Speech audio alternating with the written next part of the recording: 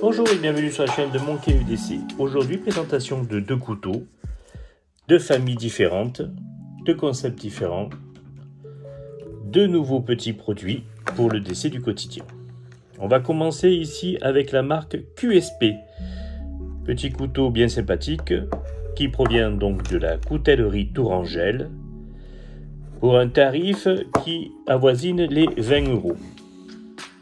Alors ce petit couteau donc est commercialisé au prix de 18,95 € hors frais de port, puisque sur la coutellerie Tourangelle, il faut compter les frais de port lorsque vous faites une commande.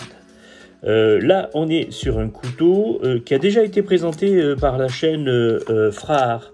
Notre ami suisse en a déjà parlé de ce couteau et de son petit frère, enfin de son frère plus luxueux, celui-ci étant le modèle petit modèle. Alors je ne vais pas trop revenir dans le détail puisqu'il en a fait une revue complète dessus et puis il en a bien parlé. Je vous invite à aller jeter un coup d'œil sur sa chaîne pour aller voir, cela fait partie des dernières revues qu'il a mis en place. Mon petit retour sur ce petit couteau. Donc il est arrivé aujourd'hui, je ne l'ai pas encore véritablement essayé, il va m'accompagner pendant une partie de la semaine. C'était juste mon ressenti, donc c'est un petit couteau moi que je trouve à première vue assez sympathique pour une utilisation EDC du quotidien.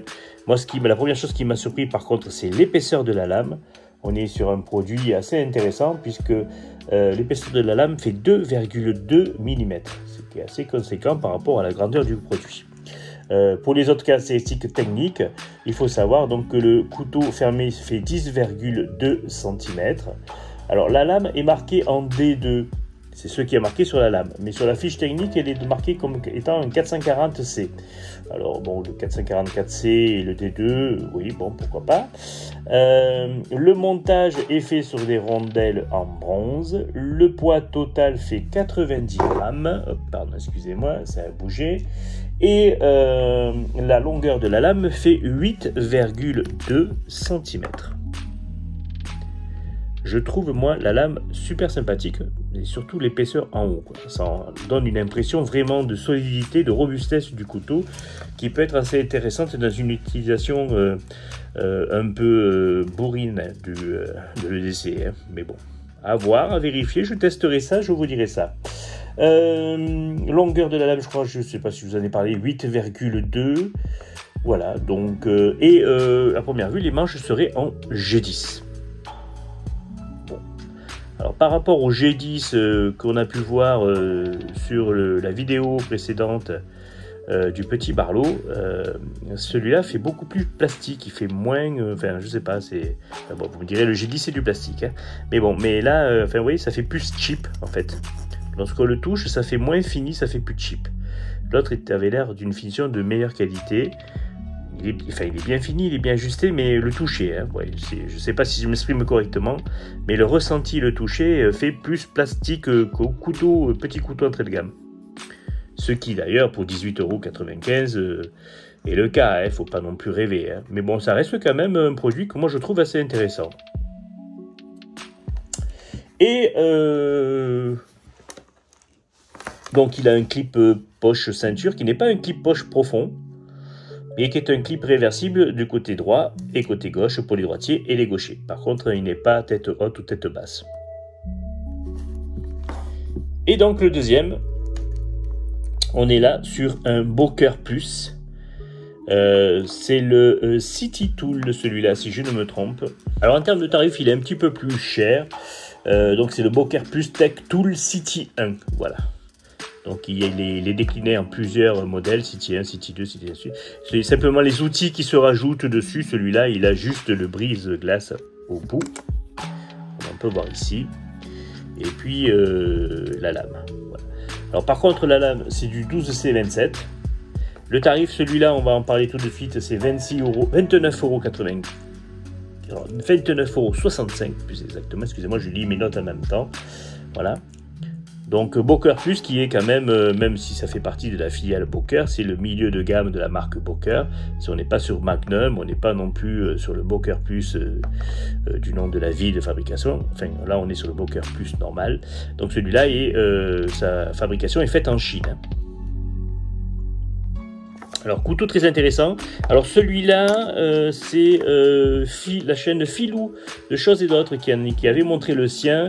Si je ne me trompe, le sien a des manches en laiton. Je crois que c'est un truc comme ça.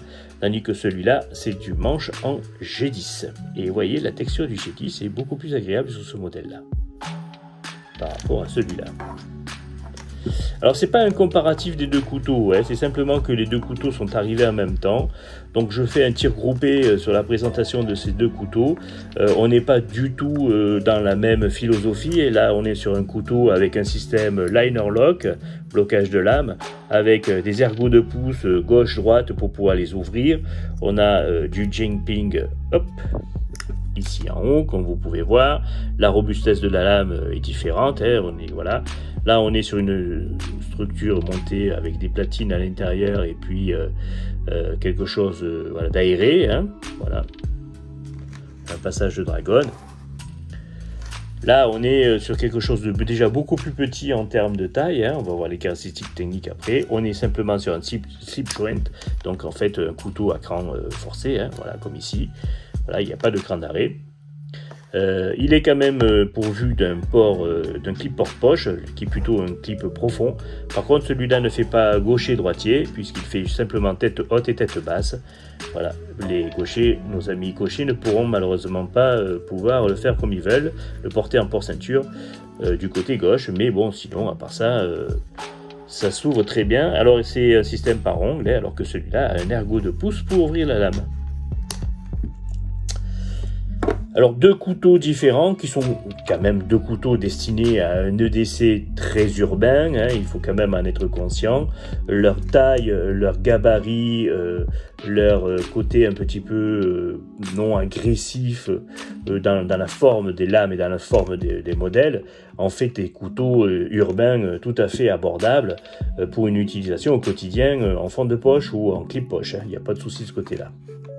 C'est d'ailleurs 99% du temps l'utilisation que j'ai de ce genre de produits-là, qui seront tous les deux destinés, bien sûr, pour la table,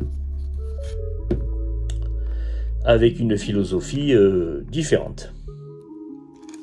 Alors pour les caractéristiques techniques, que je vous retrouve ça, donc on est sur le Boker Plus, on est sur une lame de 7,1 cm, longueur totale 9,6 cm, donc vous voyez il est beaucoup plus petit, et le poids est à 59 grammes, ce qui est normal puisqu'il est beaucoup plus léger que lui qui est à 90 grammes, puisque bien sûr il n'y a pas à l'intérieur le ressort pour le liner lock, il n'y a rien du tout, et puis bien sûr il est beaucoup plus petit, et l'épaisseur de la lame est beaucoup moins conséquente. On va regarder si je trouve d'autres caractéristiques techniques plus détaillées. Hauteur de lame 1,6 cm et épaisseur de lame 2,5 mm. Et pourtant, lorsqu'on les met côté, on a l'impression que celle-là fait beaucoup plus robuste. Parce qu'en fait, la lame est épaisse quasiment jusqu'à la fin.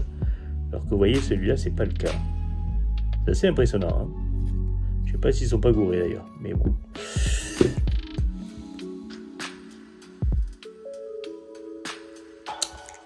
Donc on continue avec 16,7 cm de longueur ouverte, 9,6 de longueur fermée, 59 grammes, je vous l'avais parlé déjà du poids. Longueur de la lame, je vous en avais parlé. Alors longueur de la partie coupante, par contre là on est à 6,7 cm. Celui-là je n'ai pas les données sur le site Coutellerie Tourangelle, il ne me donne pas les données de la longueur de coupe de la lame. Le matériau, on est bien en G10. Alors par contre, la lame de celui-là, c'est du Sandvik 12C27. Donc la même chose qu'on trouve sur une bonne partie des Layoles et une bonne partie des Opinel aussi. Hein. Cet acier n'est plus à démontrer les qualités qu'il peut avoir. La lame dessus, c'est de la Drought Point, alors que celui-là, c'est peut-être le cas aussi, d'ailleurs. Ouais, c'est aussi du Drought Point, ça a l'air d'être. Voilà. Et puis le reste, je vous l'ai donné. Voilà, et puis lui, il fait partie des catégories des Steve Jones, comme je dis, donc d'écran forcé. Voilà pour ces deux petits couteaux. Donc je vous rappelle, celui-ci fait 29,65 €. La marque Boker Plus, le Tech Tool City 1. Et puis l'autre, c'est le QSP Paro. Voilà, le petit Paro, hein, pas le plus cher. Il fait 18,95 € hors frais de port.